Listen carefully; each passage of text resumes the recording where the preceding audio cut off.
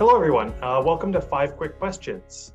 Today we have Tiffany Clark, our Senior Account Manager for Ray's Workforce and expert on all things trades. Welcome to the show, Tiffany. How are you doing today?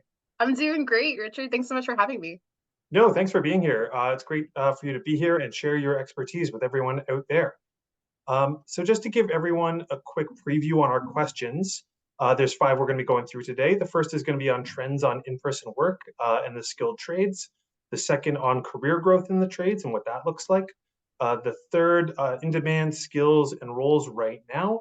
We're also going to cover common application mistakes and also look at some job openings right now for in-demand roles that Tiffany has for us. So with that, let's get right into it. So Tiffany, I read recently on Indeed that applications in the trades are up right now. And in fact, a lot of people out there in the job market are looking more and more for in-person work. And the trades are starting to get a little bit reflected in that. Are you seeing increased demand for trades jobs right now?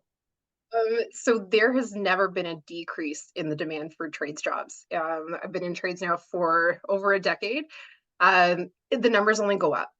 We saw a direct impact of that during COVID. I think everybody else went home. Trades continue to go out into the field. You can't really do hands-on work remotely. There are some positions that are trades related that it's potentially possible, but for the most part, you're in there. You're spinning wrenches. You're doing the job. If they can do it remotely, then the trades industry is going to be dramatically impacted in a negative way. But we've only seen an increase. And I think because of the years of COVID, it drove a lot of people into potentially early retirement, which drove the demand up. So it only keeps going up, up and up. What an industry, only up and up and up as far as it goes. And we've been hearing it for years too, right? Absolutely. Even when I started, I knew that there was going to be a massive trade shortage. They underestimated it. Originally, it was going to be about like 25-50%, and then we lost a lot of knowledge in the last couple of years, and we just can't make them fast enough. Right. I got my two kids, but they're probably 15 years away from being able to be a licensed tradesperson. It's funny, even when I was in high school 800 years ago or whatever, they were talking about shortages in the trades then. Yeah, Still true absolutely. today. Still true today.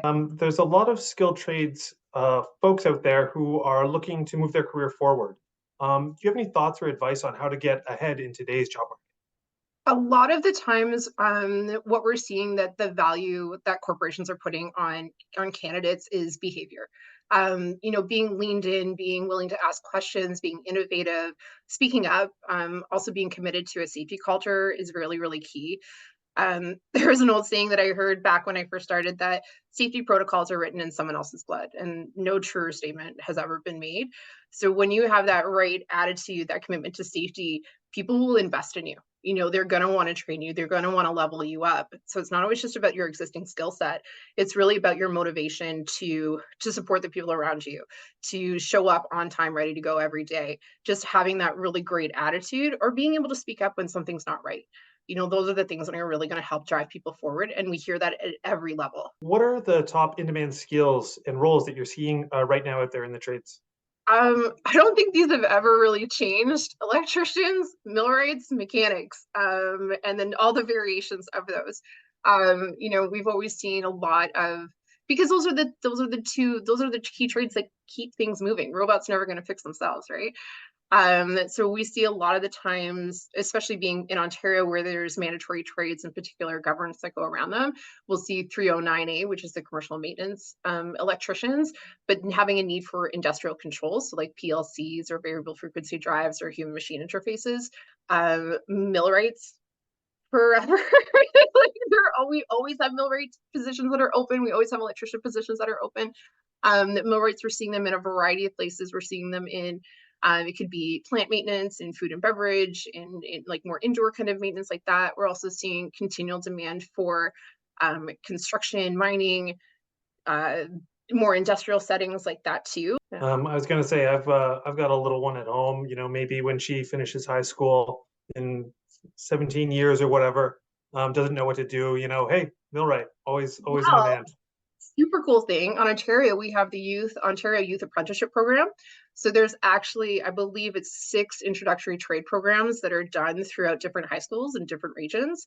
Not every high school offers it, but we're seeing like automotive in there, welding's in there. So I'm hoping that my kids will start one of those programs. I'm really trying to explain to them, like, look, you can get out of high school with a job already. You could already have a few years of your apprenticeship completed, and you just become such more of a valuable asset to companies because you're a couple steps ahead. So, what are some of the common mistakes that you see from skilled trades workers who are out on the job market applying to jobs? I think there's always been, I think there was that kind of shift to like, don't put so much on your resume, don't make it too long, make it really short. I think that's been kind of a miss in what I've seen. A lot of where we're talking about the advancement of technology, especially with the way that us as recruiters go out and find people. So search engine optimization, all those keywords, really being detailed about the products that you've worked on, the skills that you've had, even some of the equipment names that you've used. So like we're talking about PLCs, was it Allen Bradley? Right? Throw that in, right? That's going to help to really give us and the client a better understanding of your skill set. Um, Another one that I've seen is that when there's safety certifications required, so working at heights, fall protection, confined space entry, scissor lift, those kind of tickets, letting those lapse and not keeping your training current, it can really prevent you from getting on a job quickly. And finally, Tiffany, you already told us about kind of where the market is at right now in terms of in-demand skills and roles, things like that. Is there anything that you're hiring for right now that is particularly interesting or the folks out there might want to hear about? Well, I think that's the really cool thing about Raise Workforce is that we work across North America. We are coast to coast, top to bottom, everything in between. There's a high diversity of the roles that we see. We're going to see more electricians and millwrights, that's for sure. But I would really encourage anybody who's interested to see what we have open is to visit raise.jobs and take a look there to see what might be aligned to you, what you might be open to. Some of the positions that we work on have relocation support. So if you want to get out of where you are, go into a different area, there's a lot of opportunities that are there. Okay, great. Again, Tiffany, thanks so much for being here, for talking to me, talking to everyone out there. Really, really tremendous, very helpful. Thank you. Thanks for inviting me into the program, Richard. Bye, everyone. See ya.